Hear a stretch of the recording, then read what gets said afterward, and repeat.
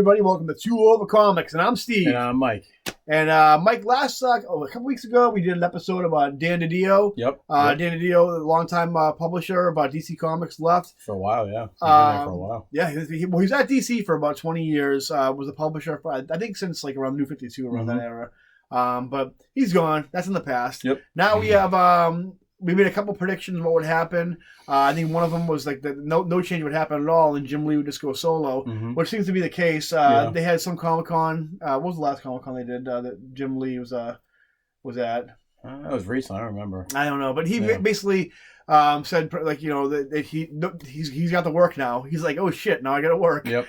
Which was actually a pretty funny story on I think it was Bleeding Cool, something like that. There was how Jim Lee was taking a nap for like he usually takes a nap from Friday to Sunday afternoon, and then woke up and was like, oh shit, now I have to work. And that's basically what happened, pretty much. Where he even in so many words said like, I guess I'm gonna have to get in the trenches, I guess now. And so you can think what you want about that. As far as I'm concerned, that can go either two ways. That can go either early '90s Wildstorm or late 90s, early 2000s Wildstorm, which there is a difference. Early 90s Wildstorm was plagued with delays and this organization and no one manning the ship. Books maybe coming out, maybe not coming out, with who knows who's writing artists. And then you had the late 90s Wildstorm, where you had things like The Authority and Planetary and ABC Comics and really some great books that came out. Jim Lee, I don't know how hands-on he was with that, because at that time he was in the midst of selling his company to DC, which turned out to be what it is. So as far as DC goes, I think it's in some rocky waters. I think a little. There's no compass really. I don't think. I think that's a good analogy. I think pretty much. I know you've been dissatisfied with DC for a long time. I have been. I have both movies and the comics, pretty much. So I absolutely loved everything before Pre-52. Yep. It was the only time in my comic book reading career that I've actually was really looking forward to DC books over Marvel. Yep. It was like this, DC, Marvel, but still they were up a notch. Yeah. I was reading Superman. Red Robin was my favorite Batman book at the time. I thought it was better than all the other Batman books, and I was reading both Batman books, Batman and Detective at the time. Yep. Obviously, I was probably kind of a good thing is I can scale back and get this stuff, as you see behind me. But I was generally looking forward to DC every month. I couldn't wait for Red Robin to come out. I couldn't wait for Superman to come out. Which is weird too, because that era, I love that era of DC. But I look at all the people who were just shitbags who were in charge, like Eddie Bernanza, who was like this plagued with sexual misconduct allegations. Stephen Wacker, who's the editor of the Spider-Man comics during the Brand New Day era, and what a colossal asshole he is. Yeah. But he had the books on. So I think he's kind of like a young Jim Shooter, maybe. Yeah, a little rougher Jim Shooter, but so yeah. I mean, I think honestly, DC Comics has the potential to be. I think as far Marvel has DC and they have this huge media empire, and it is what it is. I think DC has the potential and should be, as far as comics go, should be the number one publisher. Yeah. They have the legacy. They have the original universe, which used to be their slogan for a while. And they're going to be ruining that with 5G. Oop, did I say that out loud? From what I hear, 5G may not be going the way it was supposed to go. I think it may be relegated down to a quick event now. Yeah. Almost like DC 1 million, which is what it should have been anyway. Yeah. So anyway, there's a couple of things, obviously, we've noticed throughout the years that, DC... Maybe. I mean, we're not comic book professionals, and they've been killing it in their Arrowverse. They still somewhat killing it in the cartoon universe. A little bit, yeah. Not so much the Timverse, because Timverse is kind of gone and done with. Yeah. But I thoroughly enjoyed Superman and Batman, and this is whatever you say about me off here and say, "Oh, Mike, you fucking asshole." Listen, I know. Never heard anybody say that. I know, because we'll fight them. I enjoyed Superman versus Batman up until the point where Gotham and Metropolis was right next to each other. I've come to appreciate Batman vs Superman for what it is lately. I don't think it's the greatest. I mean, it's just definitely not work. For me, when they did that, it made Batman completely obsolete because, Superman can still hear shit from countries away. Yeah, but what's to stop Superman from just jumping over the bay to stop the Joker or the Penguin I just felt it made Batman obsolete by making them so close to each other. That's me. Without going on too much of a tangent about that movie. Thank you, because you know I will. Basically, at that point, Batman was the Dark Knight Returns version of Batman. So he basically was kind of fading into obscurity at that point and becoming more of an urban legend at that point rather than a fully functional, like, relevant superhero at that point. So when Superman came, that's when things kind of got shook up. But that's neither here nor there. Well, it's not here nor there. That's part of what we're talking about.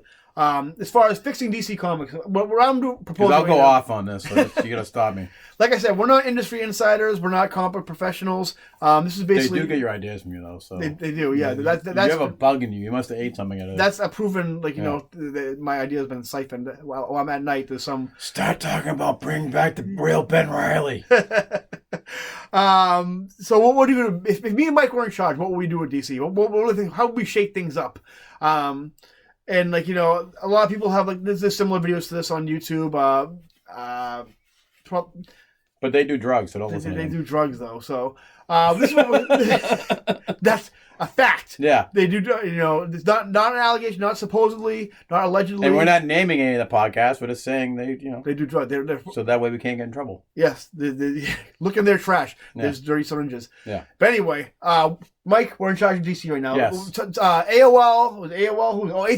That's AOL. AT&T has now said, hey, Steve, Mike, like, you know, you're these young bucks in AT&T, and we're going to send you down to the public. We don't know what's going on in publishing. This DC, we're going to send you down there. Fix this mess. We got all these, like, characters like Superman, Batman. We're making money off, like, you know, like toys sometimes and movies, but we're not making as much money as we should be doing. Yeah. And the comics, like, you know, you guys all started the comics. Fix the comics. Fix everything. What are you going to do, Mike and Steve? All I got to say is real quick. I said before on the Dan Didio podcast, it makes me nervous because AOL, Time Warner, AT&T did not care about WCW back in the day. Let's put aside the fact that both AT&T and Disney are probably looking for excuses to stop publishing comics. Yeah. One thing, and let's just say they're saying, like, you know what, like, you know, we're not making any money off these comics or that, but you know what, it's a novelty, it's a staple, so let's just, like, you know, find some way to keep it, like, you know, from going too much into the red. First thing I would do, we'll start obviously from ground zero, the publishing. Right now we have Jim Lee steering the ship. What I would do basically is Jim Lee, I would take him out of any position where he's making any kind of decisions at all. I would do what Jim Lee should be doing, is just being paid to be Jim Lee. You have him as almost like, you know, how Stan Lee was towards the end of Marvel. Not the end of Marvel, but towards the end of his life in Marvel, where he's kind of like just like the mascot of DC, pretty much. Although, for me personally, when I think of Jim Lee, I think of X-Men. Yeah, that's just my generation. But I'm sure the generation now thinks of him as a definitive Batman artist. Yeah. I would have Jim Lee be that type of thing, kind of maybe a creative director, not a director, but like, you know. Or maybe just nod your head whenever he comes up with an idea, like, sure, yeah. Well, here's the thing with Jim Lee. Jim Lee while he's not a creative himself, at least, like, you know, writing wise, he does attract a lot of talent. There's a lot of people who love to work with him. Alan Moore wanted to work with him. Jeff Loeb, a lot of these guys, a lot of big name guys would love to work with Jim Lee. So what I would do with him, basically, is I would turn him to what C.B. Sobelski was in Marvel in the early 2000s under Joe Quesada and Bill Jemas, where he basically was just, like, you know, attracting talent. Was like, you know, Sobelski got, like, Scotty Young started, Carrie Andrews, a lot of these guys, I'm trying to think of, Brian K. Vaughan. I would do that with Jim Lee. I would basically make him the spokesperson of DC. He'd do his Batman sketches at cons and, like, you know, whatever else, and wear his Batman hat. Yeah. And I would basically have him, like, you know, like, scout talent pretty much for DC. Artists, writers, that type of thing. Anybody who wants to work with Jim Lee, come to DC and sign this contract. That'd be what I would do with Jim Lee, pretty much. Yeah. He has no business being a publisher, although I'm sure he loves the paycheck. I mean, Max's paycheck. I mean, like, Jim Lee, he's worth paying. Yeah. He's worth forking over the money for to have him on your payroll. Especially if you can get A-list talent in there. On the company and get that upper edge over Marvel. Like, imagine if Alan Moore came back to DC Comics. You had like Alan Moore and Neil Gaiman and all those guys coming back to DC just to work with Jim Lee. Brian K. Vaughan jumping on, like, you know, I don't know what. But yeah, that'd be great. You're talking gold. As far as more editorial goes, right now you have Bob Harris, editor-in-chief. I've made no secret of my it's time for him to retire and put him on the pasture. Have him go to Valiant. or something like that, or wherever. I have no love for Bob Harras. I think Bob Harras is instrumental in what happened to Marvel Comics in the 90s, in the late 90s. I think I don't know what he is. He's somebody who collects a paycheck and hates comics but collects a paycheck. He likes. I'm sure he likes comics, but he's a guy who made the decision to he writes coattails pretty much. He's a guy who decided to kick Louis Simonson and Claremont, all those guys off the X books in favor of Rob Liefeld. Ugh. And Jim Lee, who said, "I'm not a writer, but I want to plot X-Men because I don't want to be known as just a penciler." And Bob Harras thought it'd be a good idea to kick Chris Claremont out there. Which I don't know if you ever saw the documentary Chris Claremont's X-Men. When you hear Chris Claremont has so much exuberance and excitement about X-Men when he's talking about them back in the day, him and Louis Simonson and the editor, I forget her name. And then they enter this part where they talk about Jim Lee and Rob Liefeld, and he talks about Jim, which I'm sure he's cool with him now. And I even met him at a Comic-Con too, where I had him sign X-Men #1. Yeah. He treats Jim Lee like somebody who fucked his wife, and he couldn't do anything about it, and just he had to watch. And Louis Simonson, you could hear the bile in her throat going up when she talks about Rob Liefeld. And that's Bob Harras. He's another guy too, when who championed for Jim Lee to take over Marvel Comics as publisher during the night during Heroes Reborn, even though it was a failure and the whole thing fell apart. But anyway, that makes me sick to my stomach. Bob Harras, give him a pink slip, get him out of here. What I would do is I would have Mark Waid jump in as editor-in-chief. Mark Waid has made no secret how he does not enjoy being a freelance writer. He's a great writer, great comics writer. But the thing is, and we mentioned before, Mark Waid knows DC like nobody else. He's read every DC comic. He's forgotten more about DC comic continuity than I'll ever know. And he's a guy too. He's a very abrasive guy. He's very old school comics, although he's very progressive in his political views and if you can just shut up with that stuff and and keep the books just to the books. I mentioned before, sure, if you want to do that Superman book where he takes on the Ku Klux Klan, fine. I love that book, by the way. Did you read that book? Not yet, but I want to. Keep your political opinions and bias out of the books and just tell the stories. And that goes for both Marvel and DC. If he was editor-in-chief, though, I don't think he had enough time to be jumping on Twitter. Yeah. So I think Mark would be a great guy. He would definitely be able to tell, line up all the stories together, be a great orchestrator with any events that would be had. And as far as people, forgetting things that happen to certain characters, be a great, very Jim Shooter-esque, which is something DC needs. But the thing is, he's not only beloved, but he's also reviled. Is that the word, reviled? I don't know. Revealed. Revealed. No. I don't know, but he would be. Long story short, he'd be the perfect guy for it. Reviled's more of a hate him, despise him. He's like a sponge. He has the soft edge of the sponge and the abrasive green side of the sponge. He's made for that role in DC Comics, and he'd be welcomed back with open arms. Because I think the one thing that was keeping him away was I want to say it was Dan DiDio, but it might have been Paul Levitz too. But honestly, DC as far as editorial just needs to clean. You said fire Bob Harras in the pink slip. Give that to Bendis too. Yeah. Oh, yeah. Well, yeah. Bendis. Yeah. I don't think Bendis doesn't even enter the equation. He can come and go. I don't care. Yeah. Just cut down his books to a minimum. Have him write Wonder Comics. That's fine. Yeah. And Jinx World, whatever. Who gives a shit? Yeah. Make him be the editor-in-chief of that nonsense. The other thing, just don't make him editor-in-chief. Don't make him any position of power or raise any kind of influence over the comics. Speaking of the comics, though, the other thing I would do is comics, especially Marvel Comics, is another discussion altogether.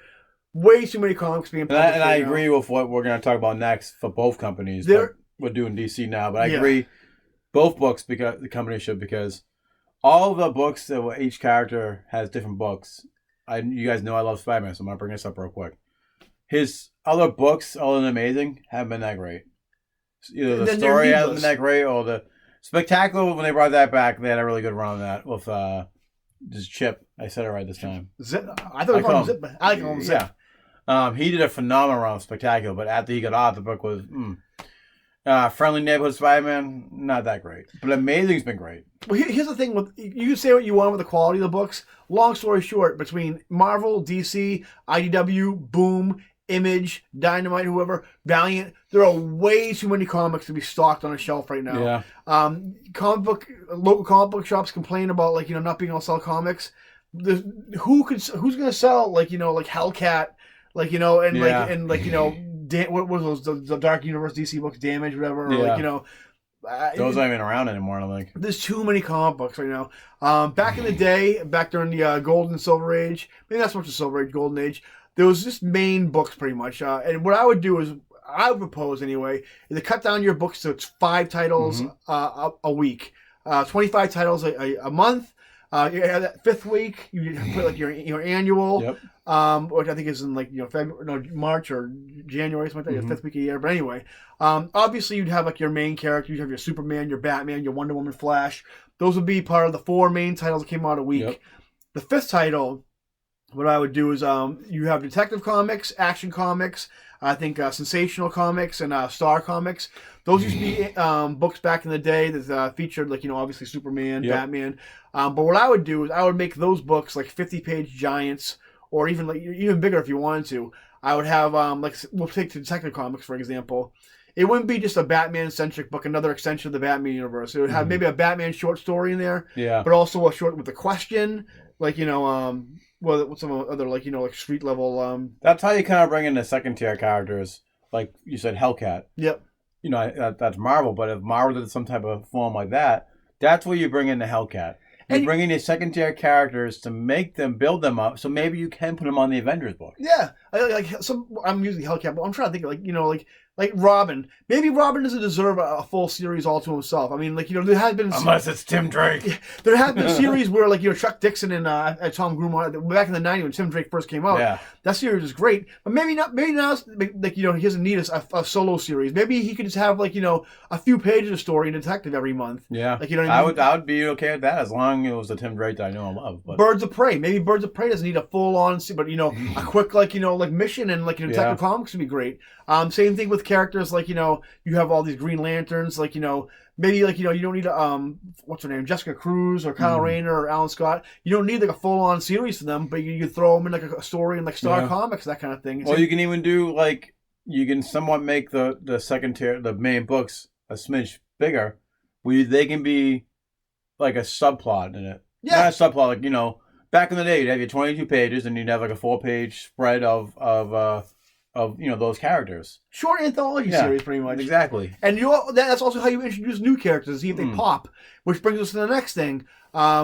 These titles that come out, you have these Dark Universe, that what they're called. Characters like Sideways and in other characters. I'm trying to think of characters that don't even need Mr. Miracle, that kind of thing. Yeah. People that don't need ongoing series. These Black Label books. What I would do with them, characters that do pop and they have an audience, make them digital exclusives. Yeah. There's no need to be printing a brand new series for Duke. If Duke pops and people like him, make a digital exclusive series with Duke. Because the way the market's going with everything, video games, comic books, magazines, all these are going to be. Sorry, guys. I mean, I don't like it any more than you do. I like holding it in my hand, but. We got for comic books for the stuff that you love to embrace the future. It's gonna be digital. Yep. I'm pretty sure the new PS5 is gonna mainly be digital. Comic books are our niche interest, which is fine. There's plenty of room for niche interests, but as far as comic book stores go, trust me, cutting down your comics would strengthen your business, would save you money, and be able to operate more successfully as a business, because you'd have to change your business around where it's you sell more toys and T-shirts and movies, this kind of thing, and also have comics. You can't be just exclusively a comic book shop anymore. And then the people that the companies, the distributing companies, needed to stop being well, you need to get 100. I bring up Hellcat. 100. You need to order 100 issues of Hellcat just to get that in your store. You're gonna get maybe 2-3 people who want it. The whole direct market for comics is so ridiculous and would not work for any other industry besides the comic book industry. Trust me, having one wall of comics is enough for your shop. Trust me. I would rather have an extra 100 issues of a Batman book of the great Tom King. Fuck you, everyone else. Go read new Adam Strange book. Then have 20 issues or 100 issues of Hellcat just so I can get 3 in case there's a hot new writer on it. Yeah. So, which I mean, the series might be great, but it would still be a niche character for a niche audience, like a select few people who want to read Hellcat. But the thing is that's all well and good. You want to make a series, but don't go all in with the paper and the printing and everything else. Like, and you cannot knock it off with all the 20 different variants. Yeah. They did away with that, and then less than 10 years ago, not even, you had 100 issues of Amazing Spider-Man book, the comic book variant. Yep. I'm looking on the comic, like this little comic book collecting app I have, and I'm like, there's literally 300 issues of issue 1 or some shit like that. I'm like, what the? You gotta, if you're gonna invest in something, I mean, I think digital is probably the cheapest way and the safest way to go. Like Vertigo, luckily Vertigo popped the way it did in the late '80s and early '90s, but now you see what happened the second wave, like where it didn't click with a lot of audience, which is fine. Like a lot of those comics had their audience and had their fans, but the thing is, it would have been you probably would have got more longevity out of it if you put it digital and didn't waste all this money printing these books with all these different covers. And these books, guys, I'm sorry, they're worthless. Which whoopie-doo, you sell a hot book for $50 online. Yippee. Which brings me to my next thing with as far as digital comics go. DC needs to create a better hub for their comics right now. You can't depend on Comixology. Comixology sucks. Comixology, for one thing, half their books, unless they're having these big sales, cost the same much as a physical copy does, which doesn't make sense if you're a collector, because Comixology only exists as long as Amazon wanted to. Yeah. So you're spending all these money on comics and all these collections. And Comixology will get rid of your pull list. So for them, Comixology's done. I'm done with them. And all it's going to take is for Amazon to go, we don't want to do Comixology anymore. Yeah. And then there goes all the money you spent. There goes your big collection. So what DC needs to do is some kind of streaming hub for not just what's for select few titles or whatever they feel like Marvel. The Marvel Unlimited app is pretty good, but there's a 6 month. Yeah, so Marvel needs to get on board. Like everyone needs. You see where the future market's going. You have streaming devices on all the like CBS, Fox. I don't know if they have Fox yet, but you see where I'm going. They have these streaming services. So you're right. The Marvel and DC need to get more up to date with their.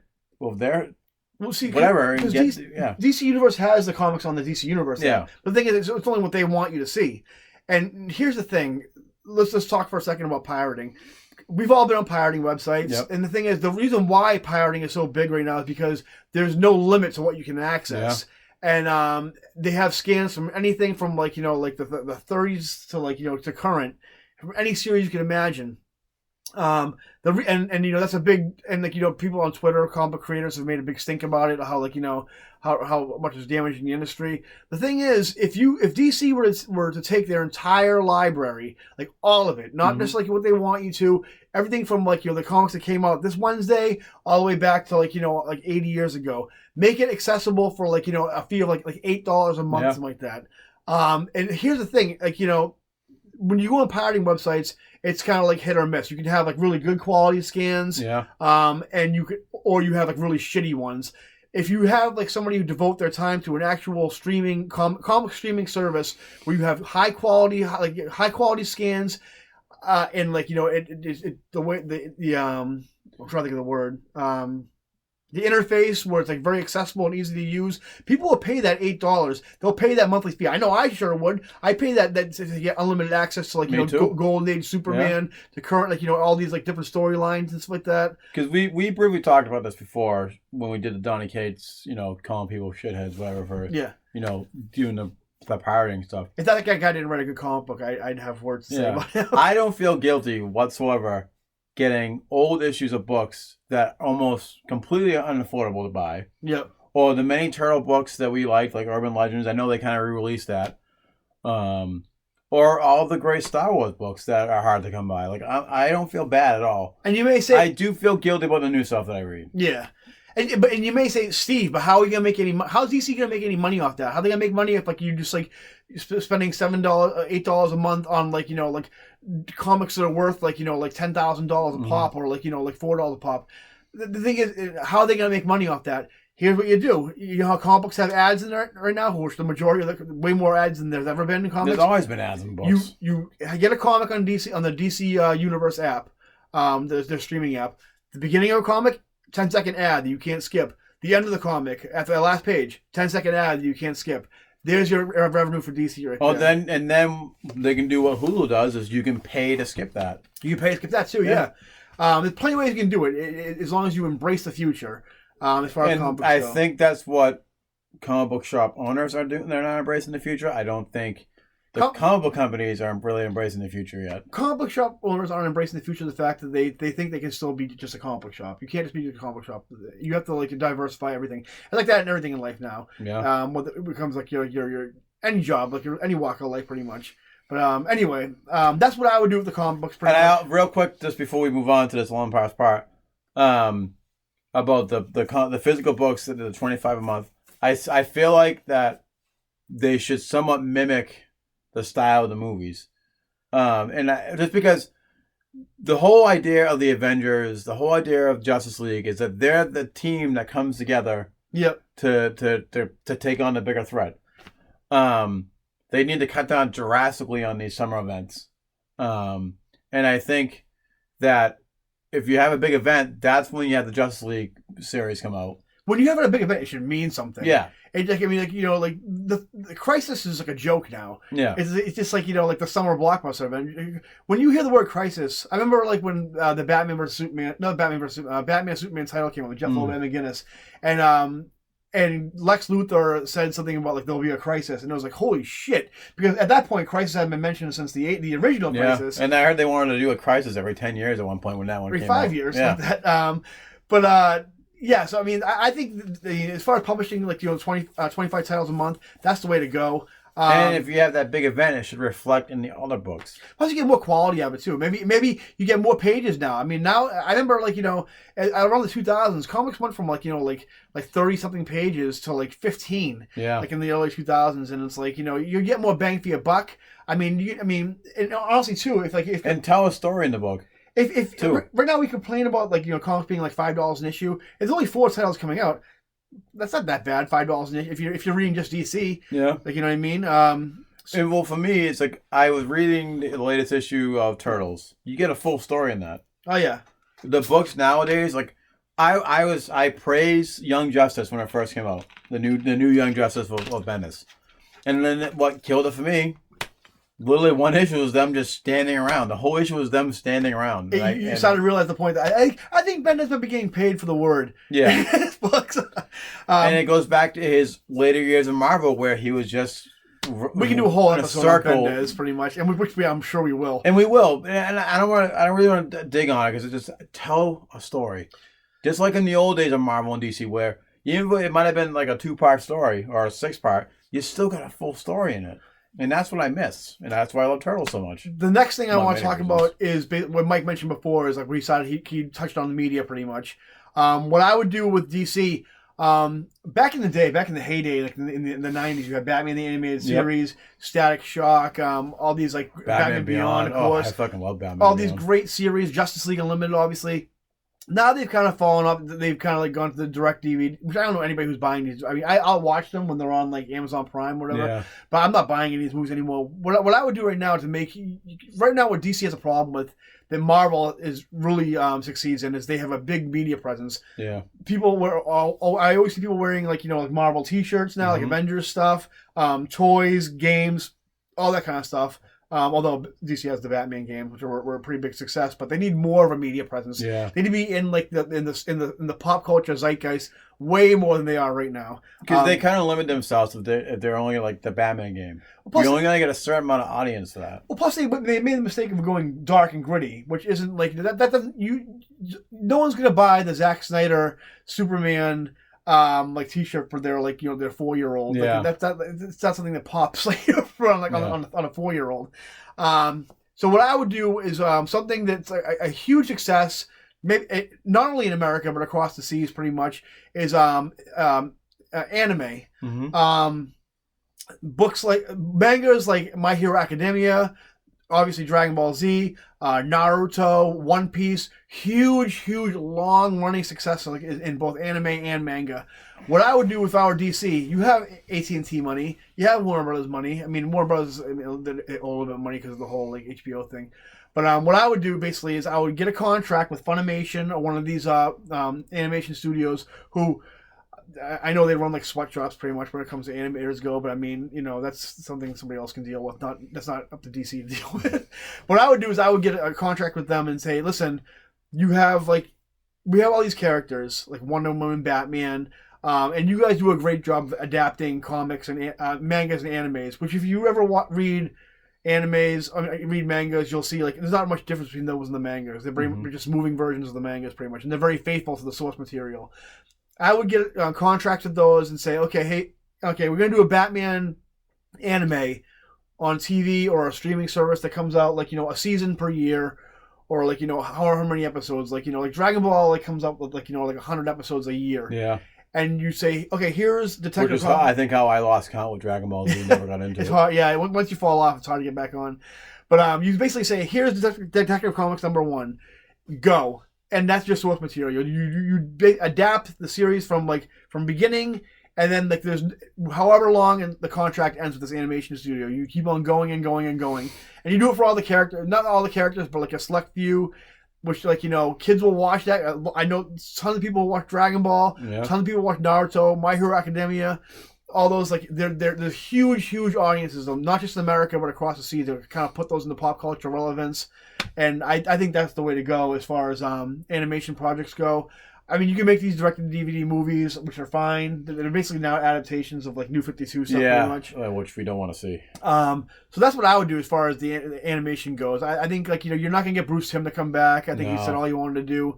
And as far as other animators go, I mean, who else is really ideal for this type of thing.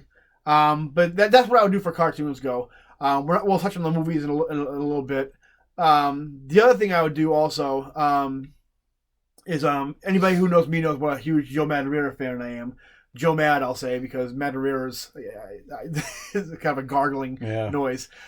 He has this video game company. He left comics and did this video game company called he has Airship Syndicate, which made the Battle Chasers role-playing game, which is pretty decent. They made the Dark Souls, I think, or Dark Siders. I think so, yeah. Games which are really good. I actually played one at PAX East. I got it on Switch. Where is it? Yeah. I'll be right back. But Joe Mad is just like, he's such a great, dynamic, very stylized, and look at that Joe Mad cover on there. He's great. Yeah. But he's beloved by fans. What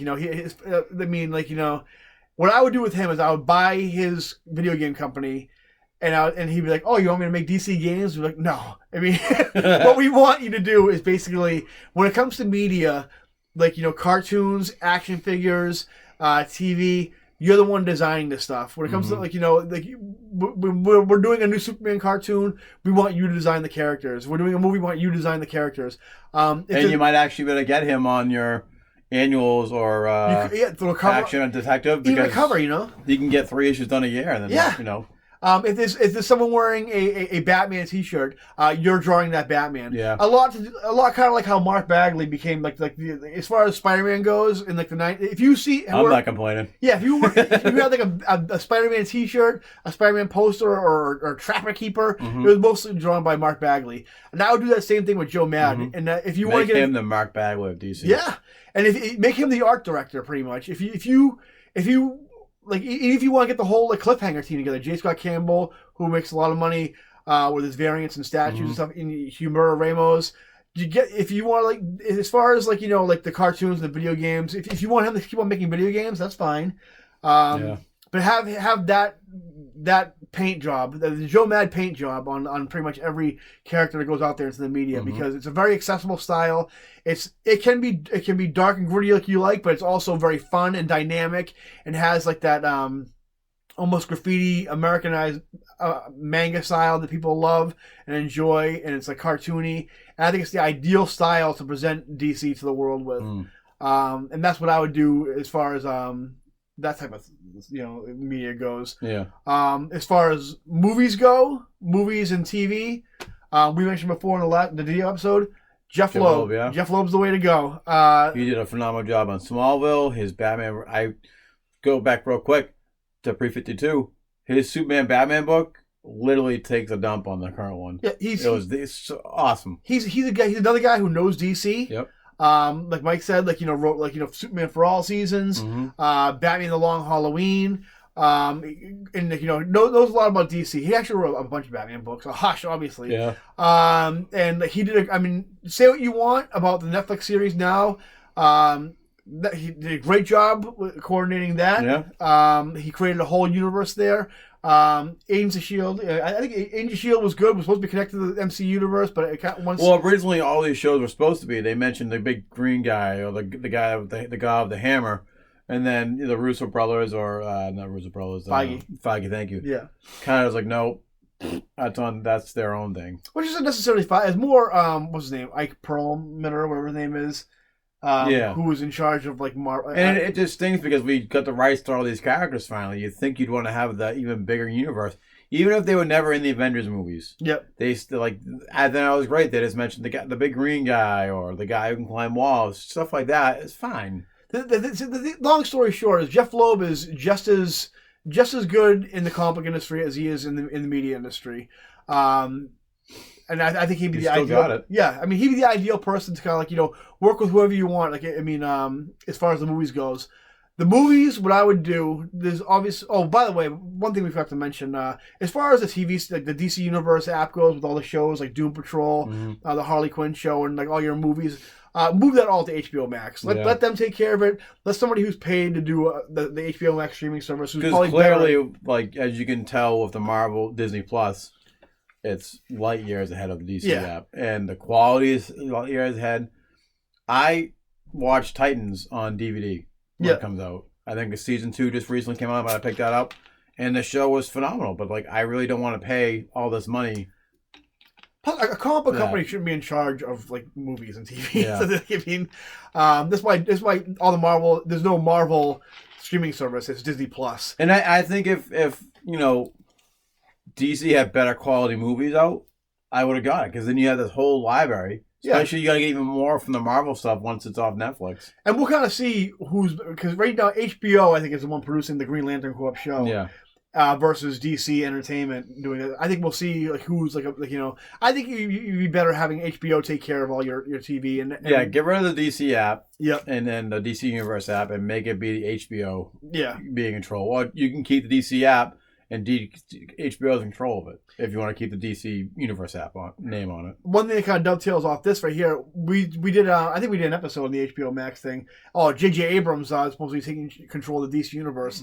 What I would do, what you want is Bad Robot. You want that Bad Robot logo to show up. You don't want J.J. Abrams. He's a fine filmmaker. I think he apes a lot of his stuff off Steven Spielberg, but. If you want to have, what you want is J.J. Abrams and company. As far as the movies go, what I would do, I think right now you have Matt Reeves doing the Batman movie. You have Patty Jenkins doing Wonder Woman. I'm actually starting to get nervous for the Batman movie, but that's another story for another day. What I would do basically is I create a brain trust in the DC Universe movies and DCEU.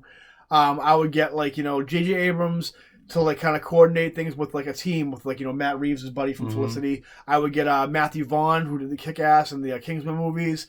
I would get Brad Bird, obviously, who did the Incredibles and Tomorrowland, and kind of get them all in a room together. And you mean Incredibles is the best Fantastic Four movie ever made? I think the best Fantastic Four movie ever made was the 1998 Lost in Space movie with Matthew Perry. That actually was pretty good too. But I would basically get them to be the architects and okay. Who wants to make what movie, and I'll create my universe that way. Kind of like how the Spider-Man comics had the Brain Trust on Brand New Day. But I would create a Brain Trust for the DC Universe pretty much. That doesn't suck. Yeah, it doesn't suck. But that's what I would do. I'd have Jeff Loeb kind of be the liaison between the movies and the comic books and that kind of thing. And that's pretty much what I got right now. I think that if you followed. I know I was kind of all over the place and kind of a little scatterbrained about it, but I think if you follow that basic, the bones of that, you would have DC skyrocket and take its place as far as relevancy goes and become a power player more than it's been in years if you just kind of like do a few of these things. Yeah. I guess. I don't do you have anything. I kind of took the.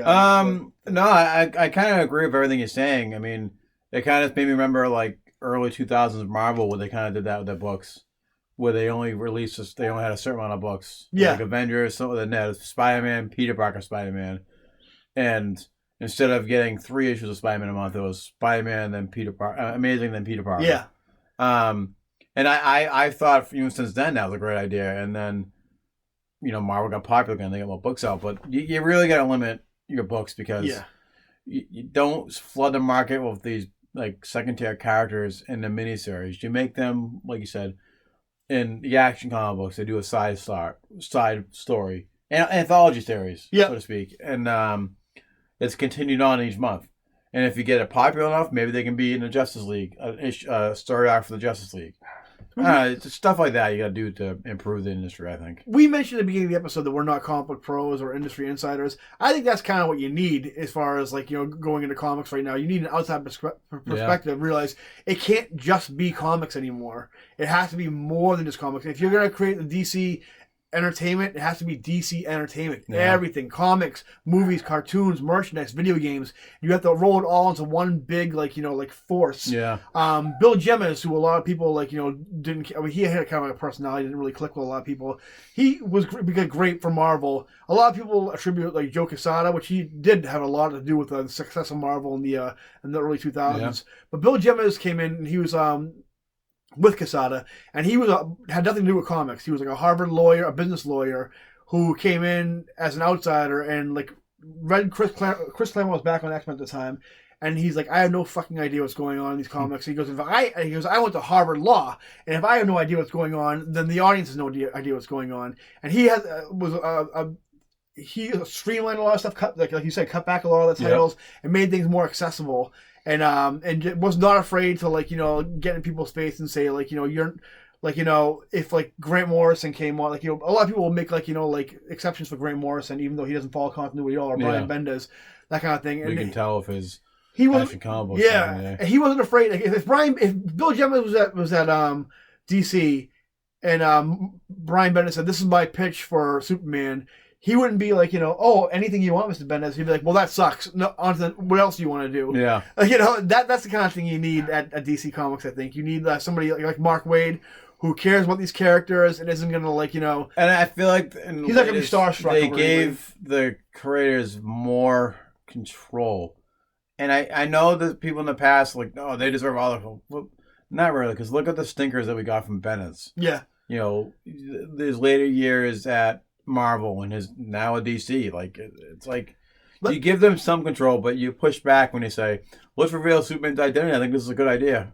No, it's not. It's a fucking terrible idea. Mark Waid is not somebody who's afraid to tell Grant Morrison to shut the fuck up. Yeah. There's the stories I remember him telling of when Neil Gaiman was at the height of his Sandman popularity, and they were waiting by fax machines for him to send his pages over because they had deadlines they were due, and he was not afraid to call up Neil Gaiman and say, hey, get your fucking pages over to the... He was the editor at the time, and he was like, listen, cut the shit and get your pages over. We have a deadline we got to hit.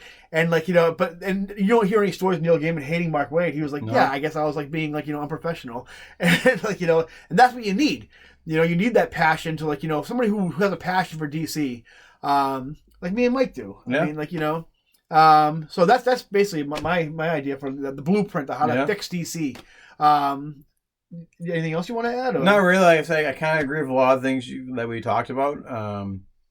You gotta get it all into one umbrella, and DC needs to keep control. I think Marvel needs to do the same thing, all under one umbrella. They're almost there, I think. The biggest thing, the thing with Time Warner and WB and all them, DC, they've always owned the rights to their characters. Yeah. So if you wanted to do a Duke movie, you can because they own the rights to it. Yeah. I'm not saying do that. But the problem with Marvel is they don't have all the rights to everything. So, yeah, for us, we can save money on the DVDs or Blu-rays, but you're never going to see Spider-Man fully incorporated into the Marvel universe. But the thing is, cinematic universe. Something needs to change because I as much as like I don't put much stock into those like oh DC might be getting bought by Marvel, which is never going to happen. No. Or like you're going to see not the collapse of the comic book industry, but it's going to slowly die if something big does not happen. And I'm not excited about comic books, so I still collect, but I'm generally. When I said I haven't been that excited reading a book since that Marvel's X book, I mean I haven't been excited at all to pick up a book. Mine aren't necessarily because of the quality of the book. It's mostly like I feel like both companies, well, Marvel a little bit is.